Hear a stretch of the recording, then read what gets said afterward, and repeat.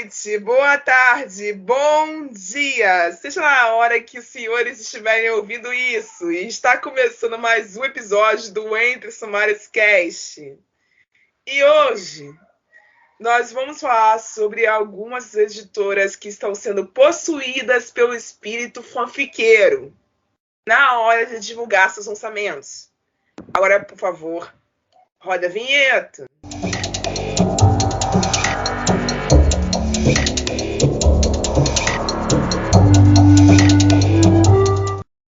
Esse podcast faz parte da iniciativa O Podcast é Delas. Saiba mais em opodcastedelas.com.br.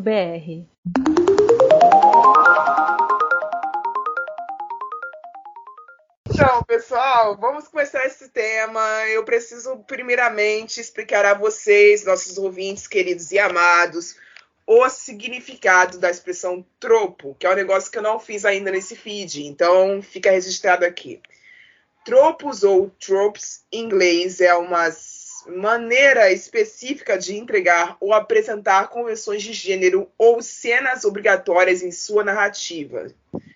São estabelecidas a partir da percepção geral de uma repetição narrativa ao longo dos anos, aparecendo em personagens ou no próprio enredo.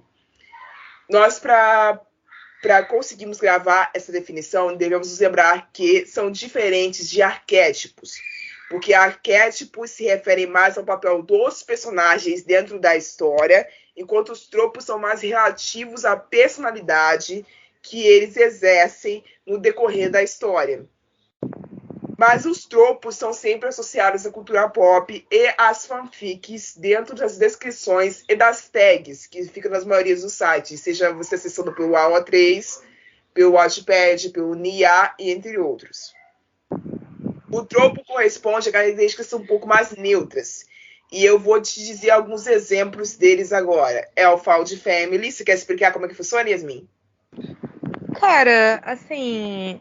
na verdade, não tem muito o que explicar. O pessoal que tá ouvindo o podcast sabe como é que é isso. Tipo, a gente tem vários episódios falando sobre isso. É o Enemies to Lovers, o Found Families, o Rivals to Lovers, o famoso... Ai, caramba, aquele clichê... o famoso clichê que você bota no...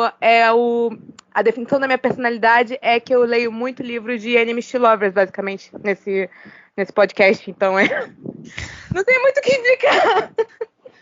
Meu traço de personalidade, fã de Enemies to Lovers, é isso.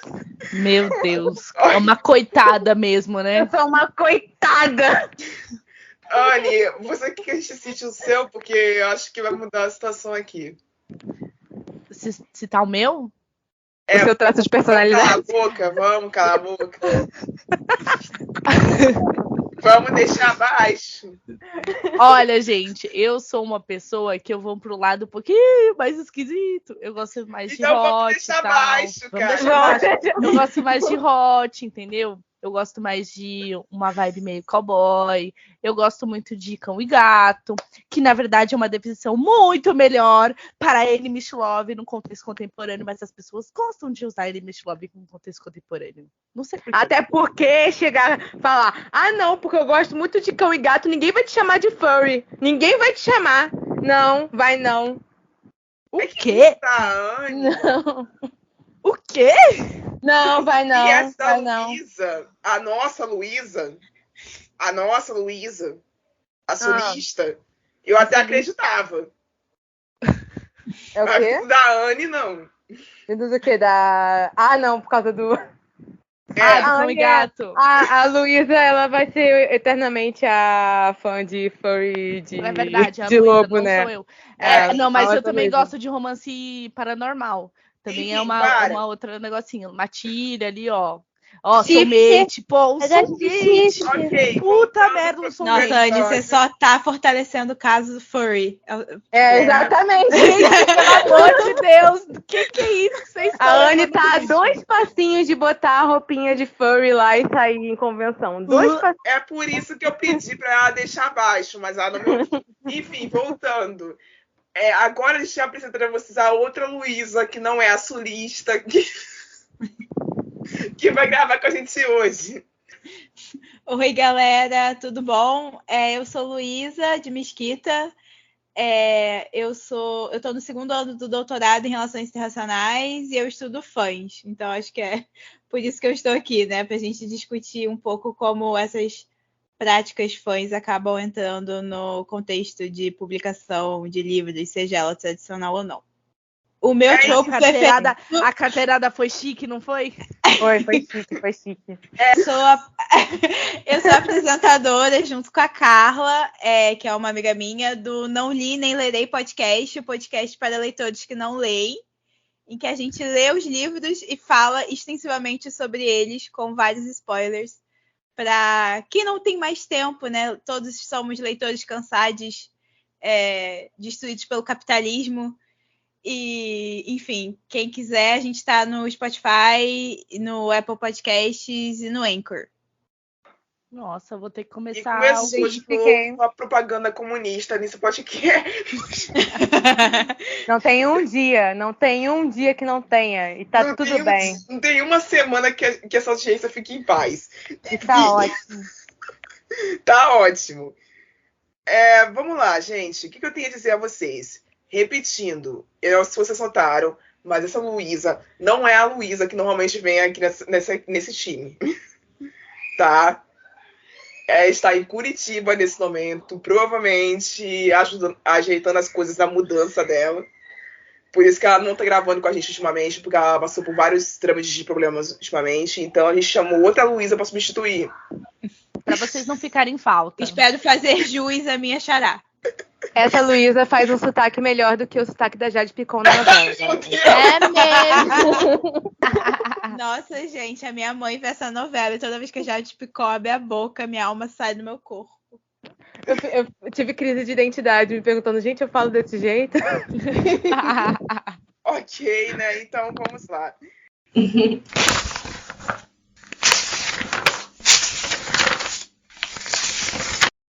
Bom, o que nós vamos fazer nesse episódio é o seguinte: nós vamos pegar exemplos desse tipo de divulgação de livros que nós já observamos que buscam fazer o que exatamente? Pegar nomenclaturas que nós vemos normalmente nas descrições de fanfics e transferir para como se elas estivessem sendo usadas para divulgar lançamentos originais. E nós vamos tentar debater se quem fez esse modelo acertou em descrever tal livro dessa maneira. E o título desse episódio, que a gente colocou Síndrome da Faria Lima Literária. Anne, você quer explicar o que é a Faria Lima, já que você mora em São Paulo? Gente, é o lugar mais insuportável da Fazenda. Sacanagem. A Faria Lima é um bairro que tem aqui em São Paulo, que é muito próximo. Da onde? Da Paulista. Então é um lugar de paulista que é mais chato que tem, porque é o paulista chato. Então ele fala, você não quer ali tomar um Starbucks comigo, meu? Sabe? É um cara muito chato. E aí eles ficam sentados tomando Starbucks falando sobre as empresas, as startups deles, tal, não sei o quê. É muito chatinho, mas lá tem muitas baladas, por isso que a galera gosta de ir lá e tal. As pessoas se vestem todas iguaizinhas, enfim. É um lugar bem chatinho. Um papo de gente chata é startup, né? Pô, a pessoa não começa é? a falar, Meu pai um papo de amado. gente chata. Nossa, tu sabe que a pessoa é chata quando ela começa a falar, não, porque a minha startup. Então, paulista faz isso, amiga. Carioca não faz muito isso, não. A gente fala Então, de outras coisas. Jogo do bicho. É uma paulista falando, então a audiência, por favor, não brigue com a gente, porque tem uma paulista falando disso. Então, se brigar, eu reclamo também, não tem problema. É o lugar de falar dela, se ela disse, ela tem razão, entendeu? Outra coisa que eu quero acrescentar sobre a Faria Lima, que a Anne não disse, é que a Faria Lima concentra grande parte do mercado financeiro brasileiro.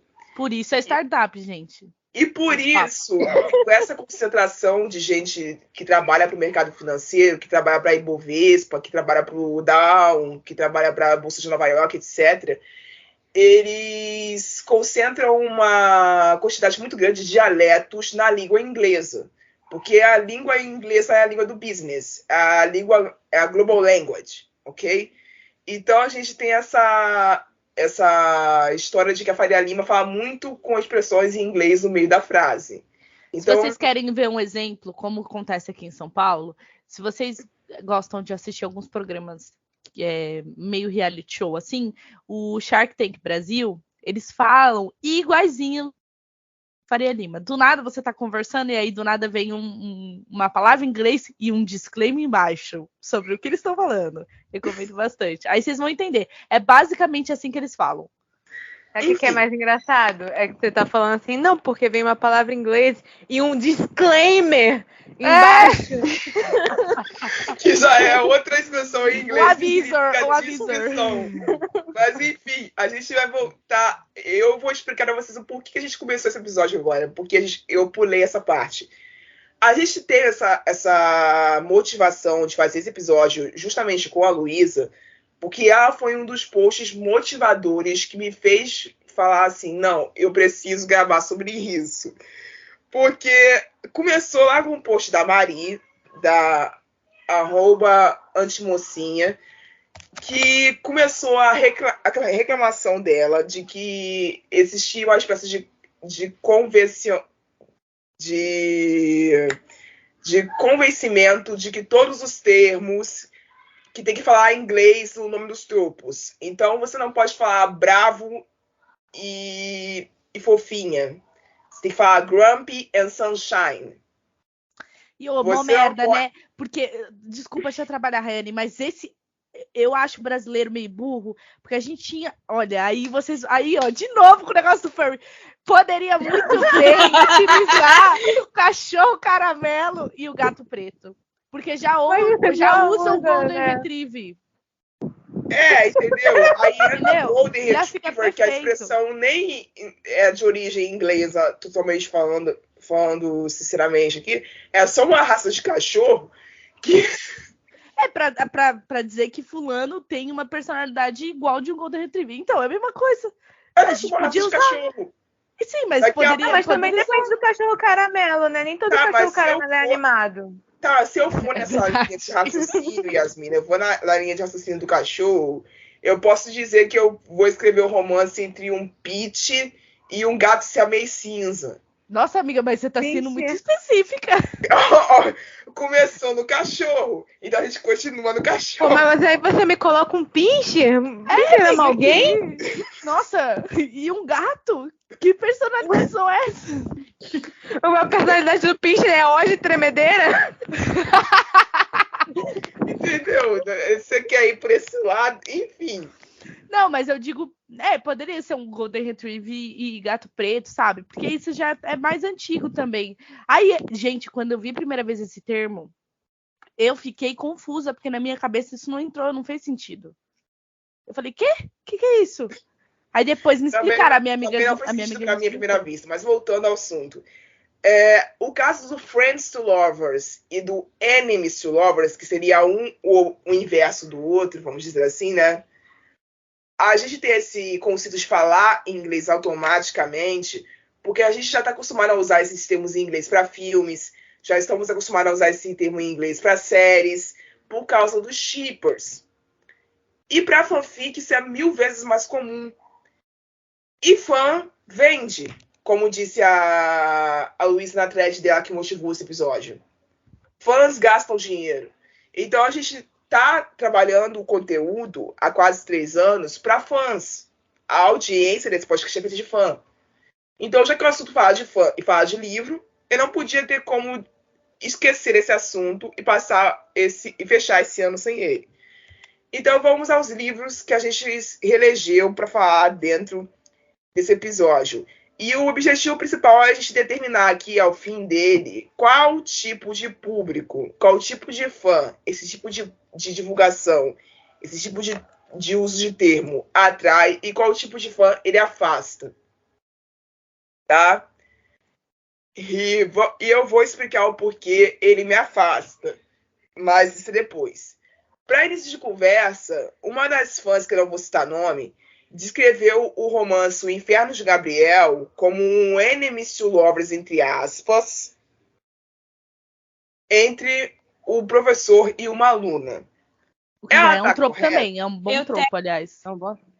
Eu tenho ressalvas para quem usa Enemies to Lovers assim, porque tem a ideia da diferença entre Enemies to Lovers e Rivals to Lovers ou Hate to Love, porque existe essa ideia de que, tipo, Enemies to Lovers você tem um contexto mais Agressivo, tipo de guerra, né? sabe? Tipo, são lados opostos num conflito ou alguma coisa assim. Uma coisa E meio aí, máfia. Sim. tipo, Prazeres Violentos, que é o exemplo que eu vou falar. E Hate to Love são, tipo, só pessoas que de início se odiavam e aí, enfim, com a convivência passam a se gostar. Existe essa distinção. Eu acho, para mim ela faz sentido, mas eu entendo que não é todo mundo que usa. É que assim, faz sentido, só que todas estão dentro do Anime to Lovers. São assim, nem todos os Anime to Lovers são meio que Rivals to Lovers, mas todos os Rivals to Lovers eles estão dentro desse aspecto, sabe? É que assim, Anime to Lovers, a concepção que a gente tem de Anime to Lovers em romance contemporâneo, no final, vira parecendo só duas crianças, duas pessoas adultas, duas pessoas adultas agindo como duas crianças. Então, meio que por isso que eu não vou citar o nome do livro, mas eu sei qual livro que você pensou, eu pensei no mesmo livro. Mas assim, aí depois, por causa disso, que criaram essas variantes, mas no final é tudo a mesma coisa. Pelo menos eu acho que né? Ok. Mas eu acho importante a gente afastar esses dois, os conceitos, porque, por exemplo, se você é uma pessoa que curte muito fantasia e você vai entrar para um romance contemporâneo, talvez o seu conceito de Enemies to Lovers seja meio te deixe frustrado quando você encontra num contemporâneo. Você vai ficar puto. Isso, tu vai ficar muito puto. Aí eu acho que é legal, é bom afastar, diferenciar, tipo, isso aqui é uma coisa, isso aqui é outra. Eu associo Enemies to Lovers, eu penso em fantasia ou ficção científica, alguma coisa, não necessariamente romance contemporâneo. Tá certo. Agora deixa eu falar especificamente sobre o livro que eu tava citando. O romance O Inferno de Gabriel, que é um romance dramático, eu não defino ele como um Enemies to Lovers. Mas como essa fã usou as aspas, e as aspas aqui tem um valor importante nessa composição de frase que ela fez, eu vou dizer que ela tá 70% certa, porque as aspas ajudaram ela a ficar certa. Sabe? Porque se tivesse sem as aspas, totalmente errada. Entendeu? Quem leu não precisa ler a saga para saber. Quem leu a sinopse sabe disso. Tu leu a sinopse já sabe que não é Enemies to Lovers ali. O que acontece em Inferno de Gabriel nos primeiros capítulos é que o Gabriel ele tem um temperamento muito, muito ríspido com as pessoas. Então, o protagonista. Então ele resolve que se ele te fez uma pergunta, você tem que responder. Nem que você vai responder, não sei, mas você tem que responder para ele. Porque se você não responder e ignorar ele vai ficar puto. Ele é o Pincher. Ele é o Pincher. Perfeito. Ele vai ficar putaço. E ele não gosta de ser ignorado. Aí ele é um professor que tá dando a aula dele lá na paz do Senhor. Aí ele olha pra turma, aí ele encontra uma aluna que ele bate o olho e fala assim, eu te conheço. Eu te conheço de algum lugar. E ele não lembra da onde, porque ele fica bêbado 24 horas por dia, então ele não sabe. Eita. Aí ele fica lá olhando pra ela, ele resolve, vou fazer uma pergunta, de repente, se eu ouvir a voz, eu consigo me lembrar, né? Aí ele joga uma pergunta pra ela sobre a aula, só que a bicha tava se engraçando com o cara que tava sentado atrás dela. E não prestou atenção no que a aula tava acontecendo. Aí ele fica puto, aí ele fala assim, ó, você não vai me responder não? Eu te fiz uma pergunta. Ah, desculpa, eu não te ouvi, mas eu tava fazendo a pergunta sobre a aula. Mas você não tava prestando atenção. Ah, não tava não, querida. Você tá no curso de pós-graduação, tu fez uma uma prova de seleção para uma turma de 10 pessoas, com um professor especializado, com 3 doutorados nas costas, e você tá me dizendo que você não estava prestando atenção em mim? Tá bom, tá de detenção, não quero mais conversar. Vocês entendem? Ele não é o inimigo dela. Ele é só um professor frustrado. Ele é uma pessoa muito carente de atenção. Não é exatamente o inimigo. Não tá acontecendo uma guerra.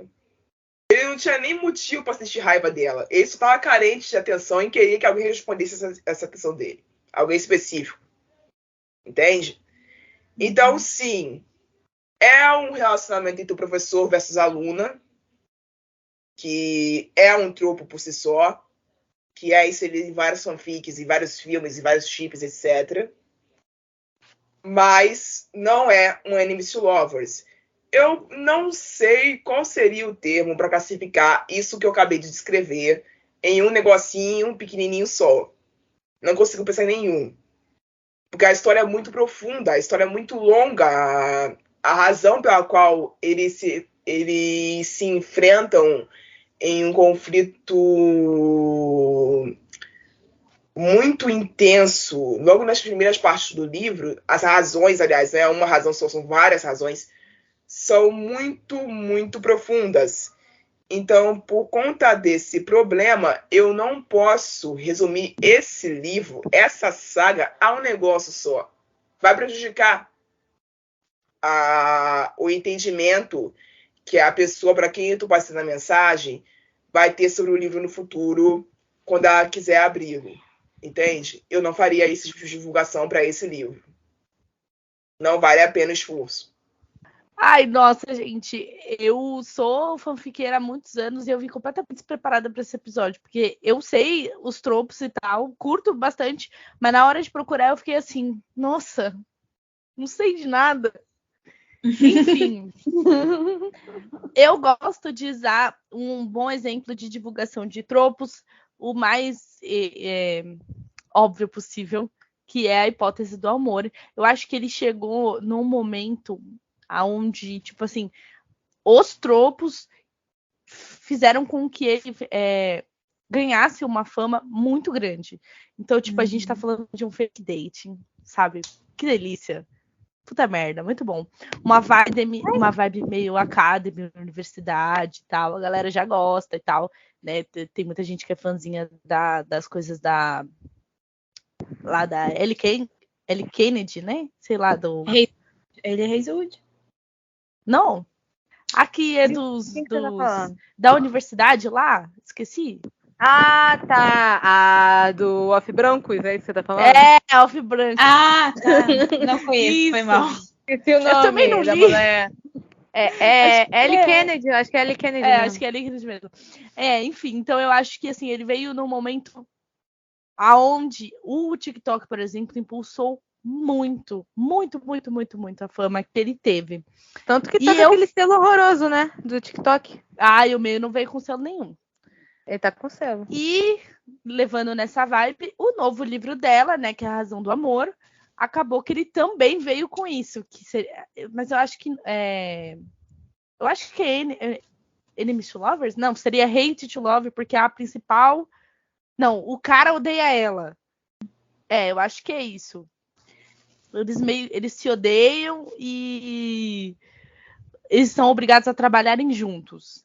Esse é o conceito. Ai, que delícia! Eu amo! Isso! Só que ele realmente... Só que falaram que ele é mais babaca que o Adam, porque ele realmente tem um ódio por ela. Né? Ao contrário do primeiro livro. Eu tenho uma gastura de alguns desses livros, porque nunca é ódio de verdade mesmo. É sempre um fogo no rabo do caramba, que nunca tem uma justificativa mesmo.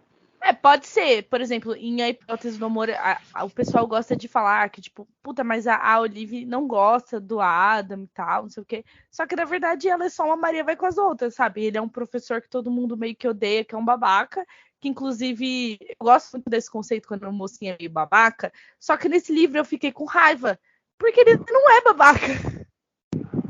Aí eu fiquei, gente, vocês me deram de bandeja um negócio, falaram assim, puta, porque ele é um babaca e tal, ranzinhos e tal. E ele não é. E o que eu faço com isso agora? Não, o Adam não é um babaca?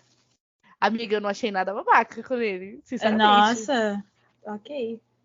Amiga, eu achei... Se ele estivesse na minha banca e ele falasse as coisas que ele falou pras pessoas, eu sairia chorando. Não, nisso, aí você tem, tipo assim, eu vejo no conceito de que é até um negócio que ele fala, de tipo, cara, eu tô aqui porque eu não quero trabalhos medíocres, e aí é um pouquinho sobre o que a minha professora Silvana foi, que todo mundo odiou ela, mas porque odiou ela porque ela era uma professora muito, muito, muito, muito pulso firme. Então, tipo, se você não tivesse um trabalho 100%, ela ia te reprovar. E todo mundo odiava ela.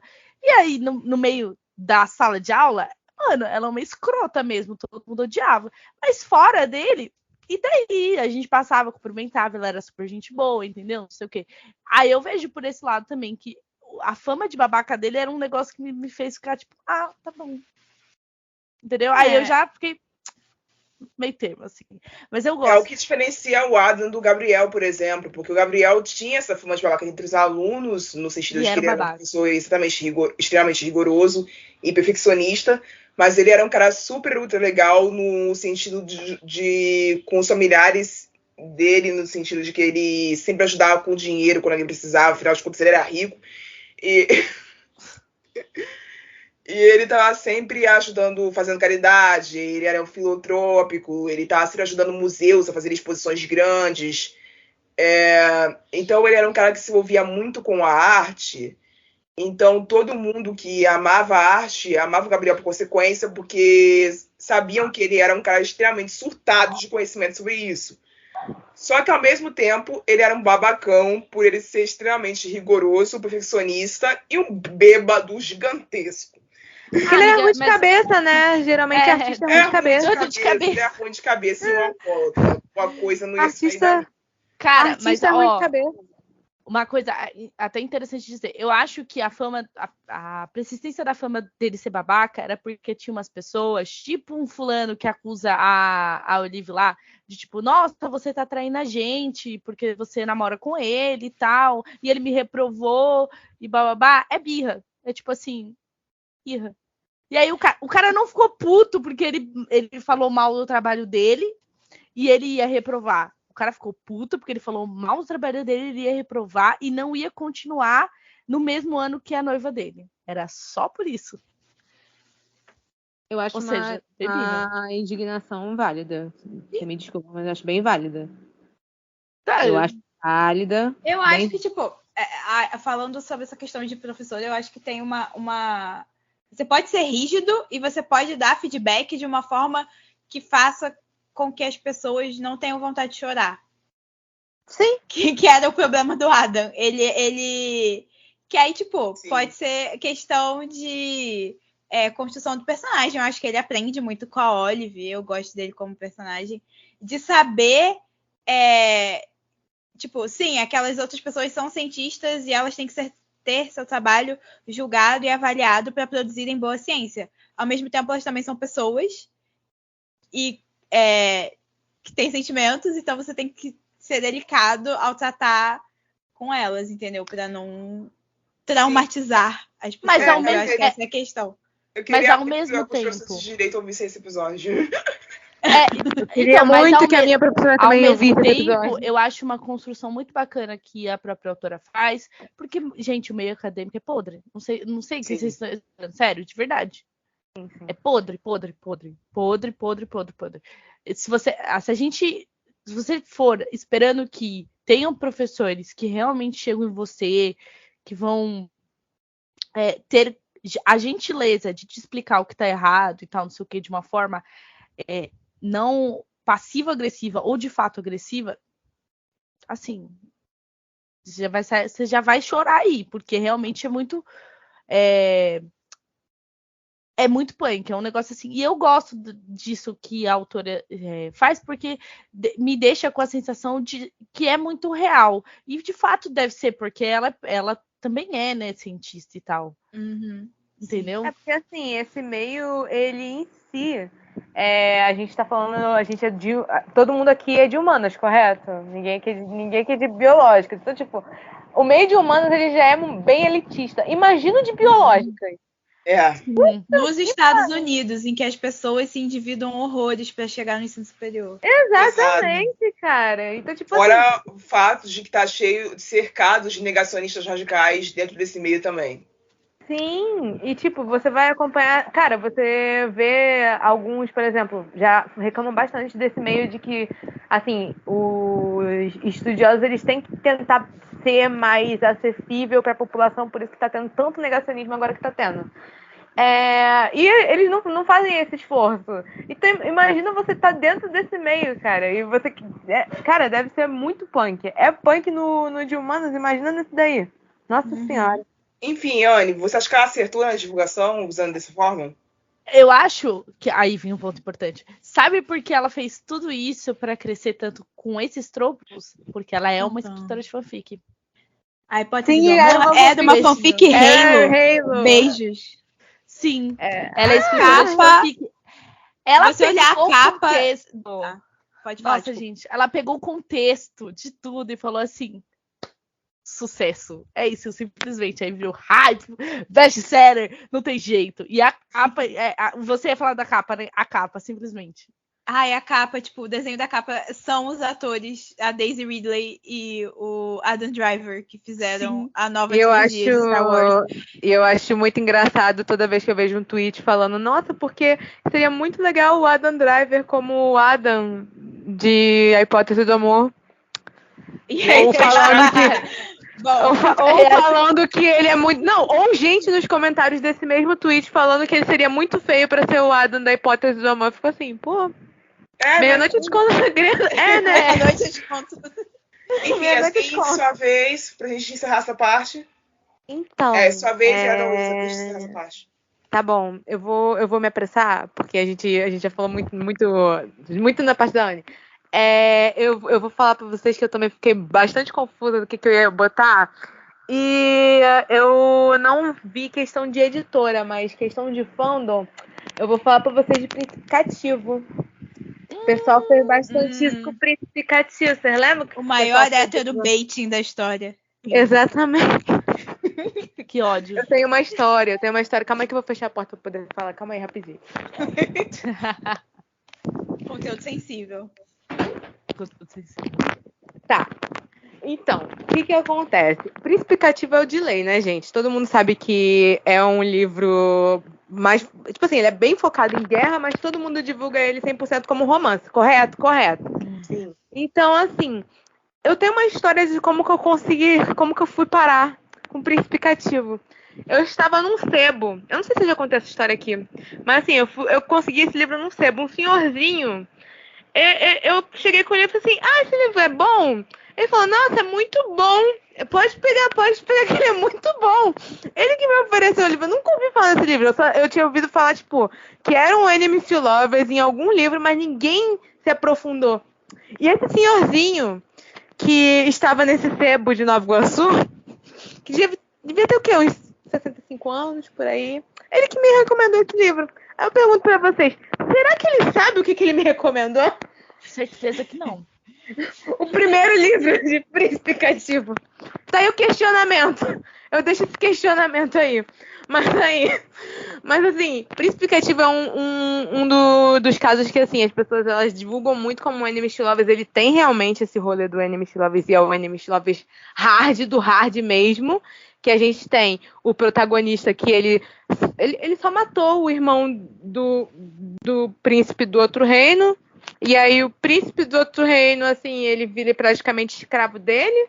Quer dizer, o protagonista vira escravo desse príncipe. E um fica fazendo inferno na vida do outro praticamente.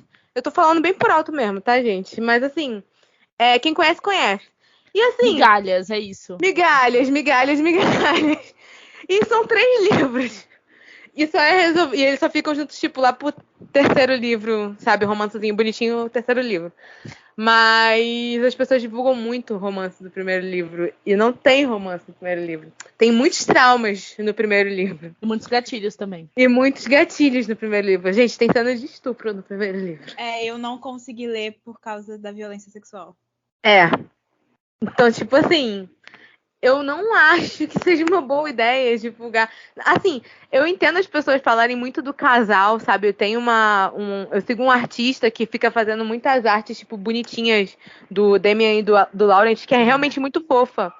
Mas, tipo assim, o fandom falar só do casal, que é a mesma coisa que acontece com a Judy e o Cardan. Só que eu acho mais prejudicial o que acontece com o Príncipe Cativo, porque pelo menos se você for ler Príncipe Cruel atrás do casal, você só vai se decepcionar. Se você for ler Príncipe Cativo atrás do casal, você não vai achar, é isso. Você não vai achar.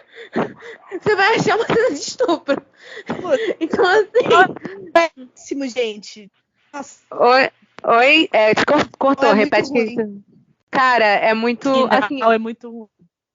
Sim, cara. Então, tipo assim, cara, eu gosto do livro, eu gosto dos livros, eu tenho a trilogia toda aqui comigo, mas assim, velho, é muito pesado, é um negócio muito pesado mesmo. Tipo, cara, meu celular tá fazendo um barulho que tá atrapalhando, tá cortando a minha Só um pouco, falas mas aqui, eu gente. acho que dá pra consertar ainda. Tá, Pra eu mim não tá sei o que tá tranquilo. acontecendo. Não sei o que tá acontecendo. Enfim, eu queria, antes de passar a palavra à Luísa, exemplificar a vocês que esses dois livros que estavam sendo falados aqui, Príncipe Cativo e Príncipe Cruel, são de públicos diferentes também. Eu estou dizendo no Sim. sentido de idade. Porque Príncipe Cativo é um livro escancarado para 18 anos para cima. Sim. Tá? É fantasia adulta. Não tem High outro fantasy livro. até, tipo assim, não tem... O único... um dos problemas é que é um livro velho, tá? A gente já começa com isso. Não sei qual foi a data de publicação, mas ele é velho. Então ele não tem classificação indicativa. Só que assim, Mas você seria já... 18 anos. Não tem como colocar Seria 18 anos, mas eu vejo muita gente do fandom que é mais nova. Porque é Então, todo mundo surtado, né? E a academia já ajuda. É. O caso do Príncipe Cruel é uma faixa etária de mais para 15 até 17 anos. E isso faz uma diferença do cacete, apesar de não parecer, tá? Porque as doses de violências incluídas entre uma parte e a outra são bem... não são equiparáveis. Eu vou dar exemplo para vocês. Eu vou dar exemplo para vocês. Enquanto no primeiro livro de Príncipe Cativo a gente tem uma cena literal de estupro, no livro A Malvadeza do Cardan, né, que ele faz com a Judy, ele joga terra na comida dela. Em Príncipe Cativo você vai ver um dos principais levando um monte de batada, é isso. Entendeu? Então pega esses exemplos aí para vocês. Entenderam por que um é 18 anos e o outro é a classificação 15, 14 anos no máximo. Enfim, Luísa, é a sua vez e eu vou ter que fazer um monte de corte nessa gravação, enfim. O meu exemplo, que também é de Enemies to Lovers. A gente pode até conversar por que todos pegamos exemplos desse trope. É o mais comum, bicho. Prazeres Violentos, da Chloe Gong, que é uma reimaginação de Romeu e Julieta na Xangai dos anos 20, eu acho, se eu não me engano. Que os protagonistas são de famílias rivais da máfia. Então, eu não tenho certeza se a própria editora divulgou o livro como sendo Enemies to Lovers, mas a Chloe, a autora, ela, tipo, tá no TikTok, ela é jovem, eu acho que ela é mais jovem do que eu, a idade batendo na porta, então ela, tipo, tá super engajada com o fandom e ela fala muito sobre a história ser realmente Enemies to Lovers e também por ter sido inspirada em Romeu e Julieta, tem essa ideia do Star-Crossed Lovers também, enfim. Eu acho que foi muito bem sucedida a divulgação, porque é isso que o livro é mesmo. Eles são de famílias rivais, tem uma rivalidade tipo de sangue, as pessoas dos clãs rivais se matam, e enfim, é bem pesado nesse sentido também. Ok, a divulgação nesse caso foi certeira. No caso da Anne também foi certeira. No caso da Yasmin foi uma bosta. Sim, se Mas você for até aí botar É, não, vamos levar a sério. Depende É do uma que você... bosta. É Não, uma depende bosta do porque esse livro tá indo tudo errado. Não, olha só, depende do que você considera sucesso ou não. Tipo, o livro ele foi vendido, tá tendo continuação. Continuação não, né? A autora. Eu não sei quais os pronomes. Quais são os pronomes da. Acho que são. Eludelo. Eludelo. Então, já tá lançando outro livro. Então, tipo assim, Não, eu tô vendeu E a falando pra mesma caralho. fórmula. Chegou É no a ponto mesma certo, fórmula. entendeu? Assim, alcançou o público que. Acho que, assim. Formou o fandom, só que é aquilo. O livro, ele tem uma fama ruim até, sabe? Não, eu acho que assim, lá fora é um bom livro. O Autori tem fama e tudo mais. Só que aqui no Brasil foi péssima. Sim. Mas até aí a gente tem que considerar a editora também. Se não me engano, é a Verus, não é? Acho que sim, calma aí que eu tô tirando uma olhada aqui. Eu tenho quase certeza que é a Verus. Então, assim, a capa foi péssima, entendeu? Não, a capa. Então, Gente, assim, as pessoas falam mal dessa capa, mas olha só, eu tenho os 3 livros só por causa dessa porra dessa capa, tá? Só isso que eu tenho pra falar pra vocês. Não, mas, por Gente. exemplo, em outros lugares do mundo, você teve edições muito fanarts e melhores e mais Isso. explícitas. Não, Sim, do sim, que sim. era, Tá bom. entendeu? Realmente, de tipo Mas assim, É o porque a Dema capa. lá a capa- com uma roupa de escravo, tá ligado? sim. Não, e a capa parece alguma coisa saída, sei lá, de. Não vou falar Tolkien porque Tolkien é fantasia, mas parece algum tipo de Continua livro de sendo. guerra genérico. É. Não, é um livro de guerra genérico, por causa que, mesmo sendo fantasia, a armadura não seria uma armadura de um livro do Tolkien, porque as armaduras dos livros do Tolkien são mais trabalhadas do que as armaduras dessas capas. Sim. Mas enfim, voltando. O que eu quis dizer foi o seguinte. É a Verus mesmo. As fãs fizeram o próprio fandom. Não foi a editora que fomentou esse fandom. Certo?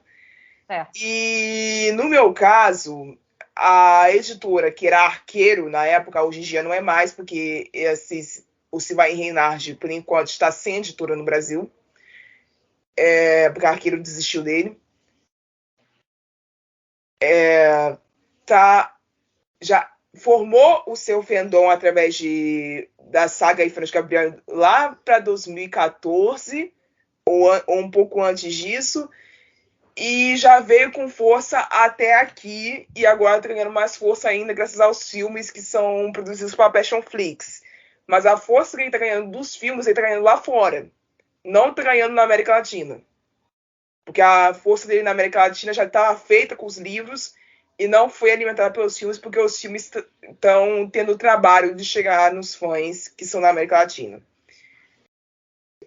Eu vou tentar fazer com o meu, mas eu não posso garantir nada, porque os 2 últimos livros que eu li se passam na época da escravidão aqui no Brasil, em contextos um pouco distintos. Um se passa no contexto de uma revolta de um levante de escravizados em terra, e o outro se passa numa revolta de escravizados em alto mar.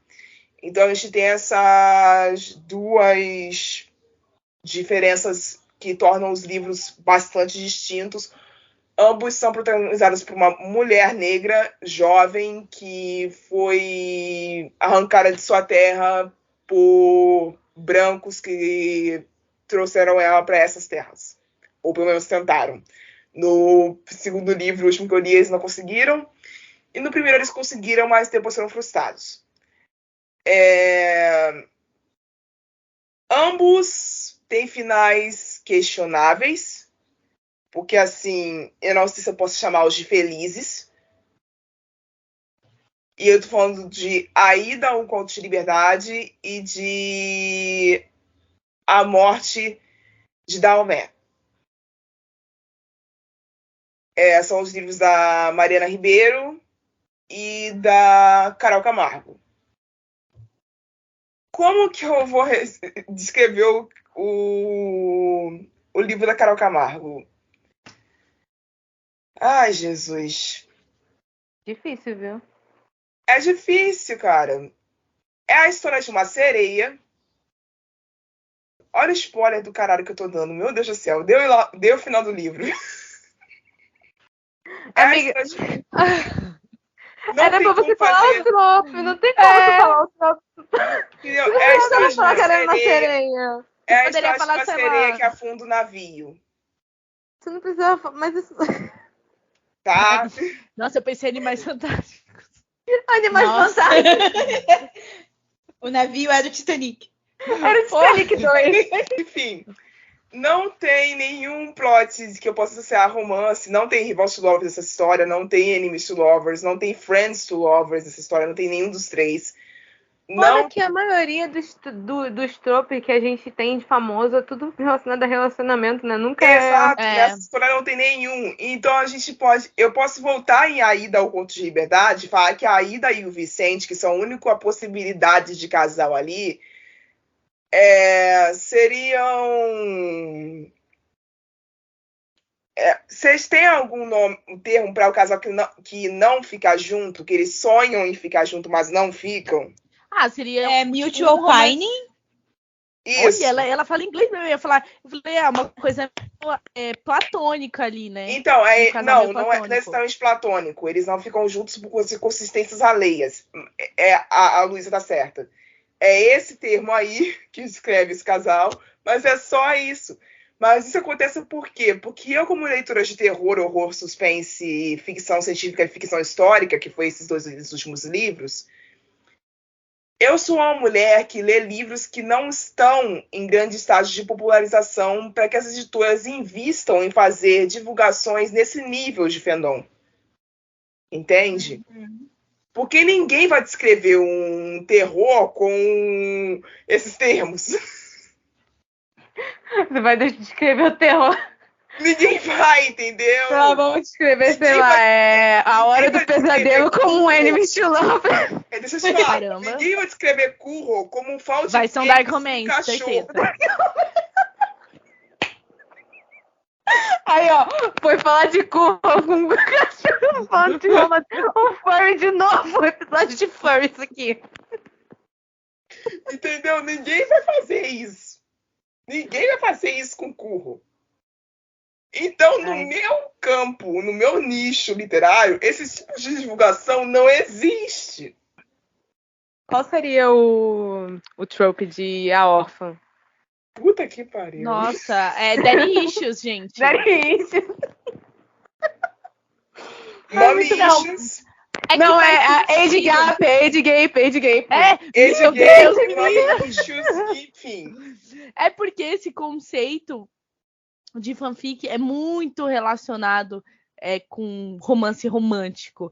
Então, a maioria das coisas que você tem é sobre o casal, não é sobre o personagem em si, ou sobre a trajetória do personagem, ou a volta do personagem, entendeu? Então, Eu tudo acho remete que ao relacionamento deles. Sim, o único que não que pelo menos foi citado aqui, foi o Found Family. O único. Sim, né? Que eu me lembre, porque pode ter outros, mas eu não tô lembrando agora. Não, provavelmente tem, mas eu sinceramente não lembro. Exato. Ninguém vai descrever Dexter como, já que existe a Rita na equação, né? Ninguém vai descrever Dexter como Grumpy Sunshine sobre serial killers. Ninguém vai fazer isso. Mas fazer isso com Hannibal. Hannibal. Eu ia falar isso agora. Eu ia falar mais o Porque o Hannibal. fandom de Hannibal é um caso à parte. O caso de Aquilo ali é uma Hannibal criação é bem do capiroto, eu não particular. tenho a menor dúvida disso. É o capeta que botou todo mundo aquilo lá. Nossa! Entendeu? Ele soou no meu ouvido aqui, ó. Que é obra Foi do um capeta. anjo falando aqui assim. Mais o Hannibal. Mas, ó, o Hannibal. É Porra! obra do capeta, é outra história aquilo ali. Fazem isso com o Hannibal, fazem isso. Pior que fazem isso com o vilão também. O vilão não tem nem romance na porra do livro. Então, você tá entendendo que não ajuda esse tipo de divulgação? No caso de vilão ajuda porque é engraçadíssimo ver o povo puto porque não tem romance. É engraçadíssimo. A pessoa, como assim? Eles não vão ficar juntos? Como assim? Um tá metendo a porrada no outro? Eles não são um casal? É muito bom. Ai, saudade. Ai, que Enfim, saudade. Saudade Luísa, de espalhar você entendeu o desinformação na problema? internet. Meu Deus. Luísa, Gente, Oi, cortou pra mim, desculpa, gente. você Pode entendeu o falar. problema? Entendi. É, Então, deixa eu pensar. Então, eu posso complementar então um pouquinho? Pode. Eu acho que é válido, amiga. Eu acho que a gente tem que separar os tropes. Eles estão ali para algo que é romance romântico. Eu acho que quando a gente compara ele com todo o gênero literário, todo o guarda-chuva que existe de gêneros e tal, ele não bate, porque as fanfics e o mundinho fanficagem tal, ele cresceu de uma forma muito grande. Ele se ultrapassou as barreiras. Então, o que hoje a gente tem mais são autoras que vieram desse meio e são autoras publicadas ou não na Independente e tal agora, com os livros originais deles, e que, por mais que você tente sair desse meio, a sua cabeça ainda funciona com um esquema de divulgação de fanfic. Então, eu acho que é válido, porque você utiliza daquilo que você já fazia antes, só num ambiente mais. Eu não diria profissional, porque eu não vejo muita diferença, né? Óbvio que tem partes muito ruins nas fanfics, mas num ambiente mais. mais formal. É mais formal, exatamente. Muito obrigada. Mais formal. Só que eu acho que quando a gente mistura tudo, aí não dá certo. Porque, como eu falei, se você não tiver um ambiente romântico no meio, não vai fazer sentido você dividir as suas histórias em tropes, sabe? É a mesma coisa, Exato, mas é a às mesma vezes coisa de até chegar. tem, mesmo tendo, não faz sentido. É a Eu acho mesma que a coisa Luísa da menina do Dark Romance e Romance Sombrio, gente. Pô, calma, né, fia? Do romance gótico. Pô, Eu acho que funciona se você não usar só os tropes para divulgar o livro, sabe? Porque às vezes as pessoas só falam, é um enemies to lovers, ou é um friends to lovers. Sim, mas me fala um pouco mais sobre a história, sabe? Não é só jogar esse termo e achar que é o suficiente. Porque é isso que a gente tem falado aqui. Às vezes você jogar só o trope pode não fazer jus ou não contemplar direito a história, e aí quando a pessoa pega o livro para ler, ela fica frustrada. Tipo, todo mundo diz que vilão é um enemies to lovers. E aí você pega o livro e não tem romance suficiente, ou não tem romance Não nada, tem romance nenhum. eu não li vilão, eu não sei, eu só peguei esse exemplo porque a gente estava conversando. Cara, E aí a muito pessoa bom. fica completamente frustrada e às vezes, tipo, pega ranço da autora e não lê mais nada, entendeu? Um bom exemplo, O outro vendo exemplo aqui. que vai divergir do terror, que foi o meu foco na primeira fala, é o ficção científica barra distopia. Porque Nossa, sim. se você pegar Fahrenheit 451, por exemplo, que eu li esse ano, ninguém vai escrever Fahrenheit 451 como Friends to Lovers, Age Gap, entre o militar e civil. Ninguém vai fazer isso. Faz sentido. Mas entrando nisso, que belo exemplo que você colocou aqui na mesa, que era a chance para eu falar sobre leitura de verão. Porque leitura de verão foi o exato ponto aonde eu percebi que às vezes as pessoas se enganam, tipo como Príncipe Cruel, porque eu não li Príncipe Cruel porque eu não gosto de fantasia, né? Enfim. Este livro, quando eu peguei ele, que eu comprei e tal, eu dei uma de Yasmin. Eu não li nada sobre o livro, não sabia nada do livro. Eu não li a sinopse. Mas eu sabia que todo mundo falava, porque eles são os dois escritores, e aí eles passam um tempo juntos, e um escreve gêneros trocados e tal, e é um romance meio cão e gato nesse sentido, porque eles ficam se provocando. Não é Enemies to Lovers, não. É só uma provocaçãozinha do tipo cutuquezinho bobo, sabe? que é muito engraçado também. Quando eu abri o livro, angústia, mais angústia, mais angústia, mais angústia. Seita. E aí você fica se pensando, juro, tem uma parte de seita nesse livro, é muito bom. Como muito assim? Bom. Por quê?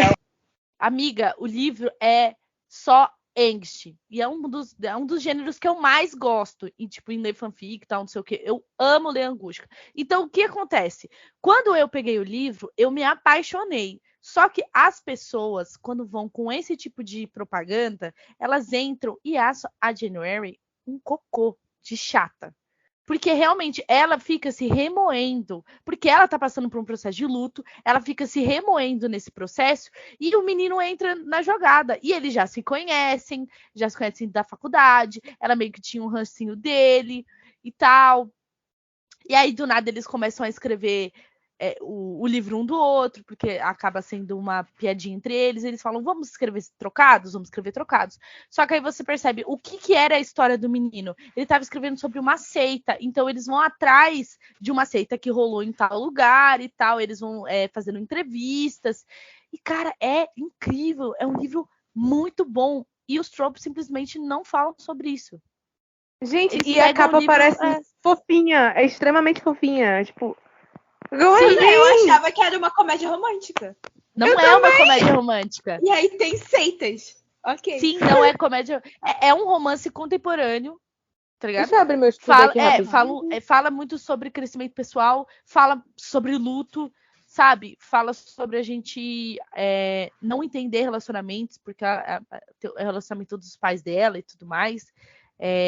Tem Found Family, entendeu? É um negócio completamente diferente. Gente, comédia romântica você vai encontrar na lista Kay Adams, tá? Clube do Livro dos Homens.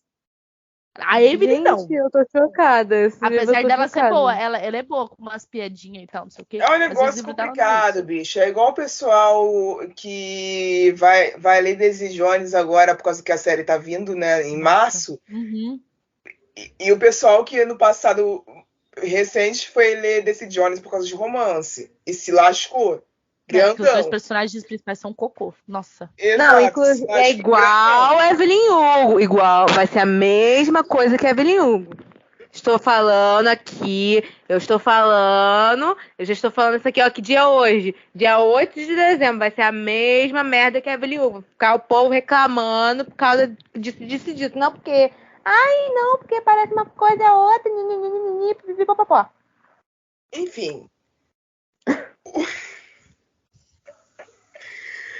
Gente, o objetivo desse episódio era a gente mostrar pra vocês que nem sempre esse tipo de divulgação dá certo. Às vezes é só um negócio que fica ridículo, não faz sentido nenhum, e vocês estão ocultando grande parte importante da história fazendo isso. E é muito mais fácil, assim como a Luísa tinha relatado na thread da Glória, resumindo, e outras pessoas também falaram sobre isso, com a Bells, você falar sobre esses termos em inglês, porque eles ficam mais reconhecíveis, apesar disso sim ser uma denotação de Faria Limer. Eles ficam mais reconhecíveis para os fãs e ajudam os fãs a encontrarem com mais facilidade o que eles querem ler. Entendem? A gente nem sempre vai ter editoras que vão entender rápido quando o assunto é... Olha, porque vai dar merda um dia. Porque enquanto estiver dando dinheiro para eles, mesmo que esteja indo pro público errado o livro, o fim, eles vão continuar felizes e vão continuar fazendo. Então, se vocês fãs forem divulgar um livro nesses termos, bota a classificação indicativa. Eu tô te pedindo o mínimo. Nossa, a gente tá pedindo isso há tanto tempo. A gente cara, tantas vezes. Nossa. Bota a classificação indicativa nesse inferno, porque se ninguém tá pedindo pra você fazer uma lista pra ler, eles vão ficar traumatizados. Se o pessoal de 14 anos pegar... Eu dei exemplo de Fahrenheit 451, que é uma distopia punk também, pra ler... Principicativo pra ler. Imagina a criança pegando principicativo pra ler, pelo amor de Deus, a criança tá com 15 trauma. Entendeu? Não vai dar certo isso. O pessoal tá pegando o After como Rede Loves pra ler com 13, 12 anos. Então, assim, não façam isso. É o povo entrando cedo nas Dark Romance também. Entendeu? Então, assim, Foda. isso aí desde que o mundo é mundo. Mas, enfim, eu quero finalizar aqui dizendo que eu não posso perder a oportunidade de xingar ela hoje. Lá vem, lá vem, lá Isso vem. tudo é culpa sua, Ellie James. Ah! Ellie James, Fanfiqueira! tudo Fanfiqueira! culpa sua. Fanfiqueira! Fanfiqueira! É tudo culpa sua. Se você não tivesse feito esse produto do inferno, que foi essa fanfic de Crepúsculo, que você resolveu botar no mundo como original, a gente não teria desencavado nesse rolê que a gente tá A agora. culpa é sua da gente ter 3 filmes de 365 dias, sua A desgraçada. culpa é sua, Ellie 365 James. dias. A culpa é sua, entendeu? A culpa é dela de novo, porque a gente vai ter filmes piores que esse surgindo daqui a pouco. E eu sou obrigada a ouvir minha tia falando que é o melhor filme que ela já viu na vida dela. Cara, Isso meu é Deus. bom aonde? Sua tia é maluca, Traumas. pirada. Ela gostou do É isso que eu livro tô te de... falando, cara. Ela A Netflix é gostou uma pessoa do... ruim, é uma pessoa nefasta. Pessoas boas não fazem isso, não. Entendeu? Pessoa nefasta. Nefasta. Não é Criatura boa, ela nefasta. não pode ser pessoa Nefasta. boa. Meu Deus. Entendeu? Então, assim, eu odeio a Ellie James. A culpa desse inferno todo é dela. Você jura? Não tinha percebido, não. Não existe ódio maior no meu coração. E é isso, pessoal. Eu vou embora. Obrigada, Luísa, pela sua presença. Desculpa o transtorno. Nada, foi um prazer. E ótimo conhecer vocês. Acho que conhecer também, Luísa. E nós vamos encerrar por aqui. E nós vemos você semana que vem. E, por favor, quando vocês forem divulgar alguma coisa, prestem atenção no que vocês estão fazendo. Até lá e tchau. Você ouviu um programa participante da rede Podcast é Delas, uma iniciativa que fornece toda a infraestrutura necessária para mulheres hospedarem e publicarem os seus podcasts. Para fazer parte, entre em contato conosco através do site opodcastadelas.com.br ou através das nossas redes sociais, como @opodcastadelas.